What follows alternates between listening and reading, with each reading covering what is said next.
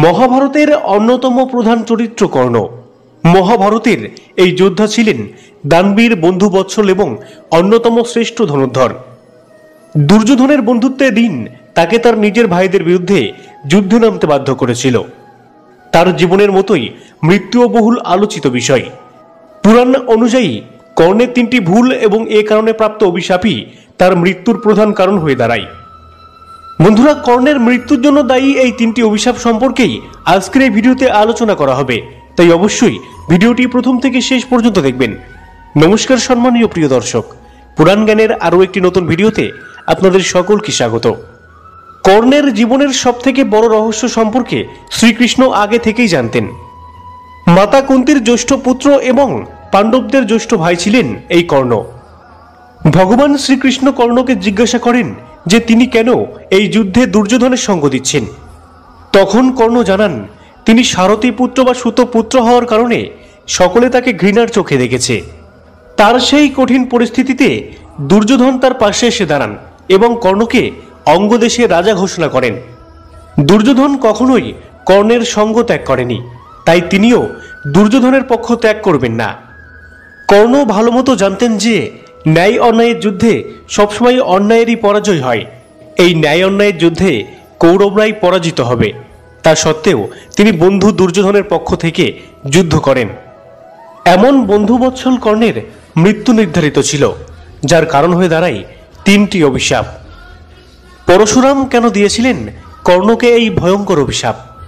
পরশুরাম শুধুমাত্র ব্রাহ্মণদের শিক্ষাদান করতেন, কিন্তু কর্ণ পরশুরামের কাছ থেকে শিক্ষা গ্রহণ করার জন্য নিজের পরিচয় গোপন করেন। অবশেষে তার এই সত্য পরশুরামের সামনে প্রকট হয়। পৌরাণিক কিংবদন্তি অনুযায়ী একদা বিদ্যা গ্রহণের পর আশ্রমের পাশে পরশুরাম কর্ণের কোলে মাথা রেখে ঘুমিয়ে পড়েন। সেখানে এক কাকড়া বিছে কর্ণকে আঘাত করতে থাকে, কিন্তু কর্ণ এতে বিচলিত হয় না, মুখ বুজে সমস্ত কষ্ট সহ্য করে, যাতে কোনো মতে তার গুরু পরশুরামের ঘুম না ভেঙে যায়। এদিকে কর্ণের পা থেকে রক্ত বইতে শুরু করে। পরশুরাম ঘুম থেকে উঠে কর্ণকে এই অবস্থায় দেখে বুঝতে পারেন যে আর যাই হোক, কর্ণ ব্রাহ্মণ নন। তার ওপর কর্ণ সুতপুত্র হিসেবে পরিচিত। এই ঘটনায় অনেক ক্ষুব্ধ হন পরশুরাম। তিনি বলেন যে ছলনার আশ্রয় নিয়ে কর্ণ তার কাছ থেকে বিদ্যা গ্রহণ করেছে।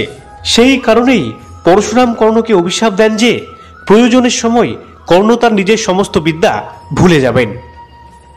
ধরিত্রী দেবী কর্ণকে কেন অভিশাপ দিয়েছিলেন? বন্ধুরা, একদা কর্ণ কোনো যাত্রার উদ্দেশ্যে রওনা হন। পথে এক ছোট্ট মেয়েকে কাঁদতে দেখেন তিনি। কর্ণ সেই মেয়েটিকে ক্রন্দনের কারণ জিজ্ঞাসা করলে সেই মেয়েটি জানায় সে বাড়ির জন্য দুধ নিয়ে যাচ্ছিল, কিন্তু পায়ে ঠোকা লেগে সেই দুধ সব মাটিতে পড়ে যায়। সেই দুধটুকুই ছিল সেই ছোট্ট মেয়েটির পরিবারের সদস্যদের ক্ষুধা নিবারণের শেষ সম্বল। সেই ক্রন্দনরত কন্যাকে দেখে দয়া হয় কর্ণের। মেয়েটিকে সাহায্যের জন্য ধরিত্রীর উদ্দেশ্যে একটি অভমন্ত্রিত তীর নিক্ষেপ করেন কর্ণ। তারপর সেই তীর ধরিত্রীর ওপর পড়ে যাওয়া সব দুধ নিংড়ে পাত্রে জড়ো করে। এই অভিমন্ত্রিত তীরের কারণেই ধরিত্রী দেবীকে অত্যন্ত কষ্ট ভোগ করতে হয়। তখন ধরিত্রী দেবী কর্ণকে অভিশাপ দেন, যেভাবে তীর নিক্ষেপ করে কর্ণ তাকে কষ্ট দিয়েছেন, একদিন সেই তীরের আঘাতে হওয়া গর্ত তার মৃত্যুর কারণ হবে এবং কর্ণকে তীব্র কষ্ট অনুভব করতে হবে। তারপর যখন এক ব্রাহ্মণ দিয়েছিলেন কর্ণকে অভিশাপ। কর্ণ যখন জঙ্গলের ভেতরে শস্ত্রবিদ্যার অভ্যাস করছিলেন, তখন জঙ্গলের পাশ থেকে এক পশুর পায়ের আওয়াজ পান। কর্ণ বড় কোনো হিংস্র পশু ভেবে সেই প্রাণীর ওপর তীর নিক্ষেপ করেন। সত্য না জেনেই শব্দকে উদ্দেশ্য করে তীর নিক্ষেপ করেন তিনি। এক ব্রাহ্মণের গাভীর শরীরে সেই তীর বিঁধে যায়। এটি দেখার পর ব্রাহ্মণ অত্যন্ত দুঃখ পেয়ে কাঁদতে শুরু করেন। তিনি তখন কর্ণকে অভিশাপ দেন যে যেভাবে সত্য না জেনেই এক জীবের হত্যা করলেন কর্ণ, ঠিক একদিন এমনই পরিস্থিতির সম্মুখীন হতে হবে কর্ণকে। বন্ধুরা, এই 3টি অভিশাপের কারণে কিভাবে মৃত্যু হয় কর্ণের, সেটি শুনে নিন। মহাভারত যুদ্ধের সপ্তদশ দিনে কর্ণের মৃত্যু হয়। এই দিন কর্ণ ও অর্জুন একে অপরের ওপর মহা অস্ত্র দিয়ে প্রহার করতে থাকেন। এমন সময়ে কর্ণের রথের চাকা মাটিতে ধসে যায়। ধরিত্রী দেবীর অভিশাপের প্রভাবেই কর্ণের রথের চাকা সেই গর্তে ধসে যায়, যা পূর্বে তার তীরের প্রহারে তৈরি হয়েছিল। বহু চেষ্টা সত্ত্বেও সেই চাকা বার করতে পারেননি কর্ণ। এদিকে যুদ্ধে অস্ত্র প্রয়োগের সমস্ত বিদ্যা তিনি ভুলতে শুরু করেন। পরশুরামের অভিশাপেই প্রয়োজনের সময় নিজের বিদ্যা ভুলে যান কর্ণ।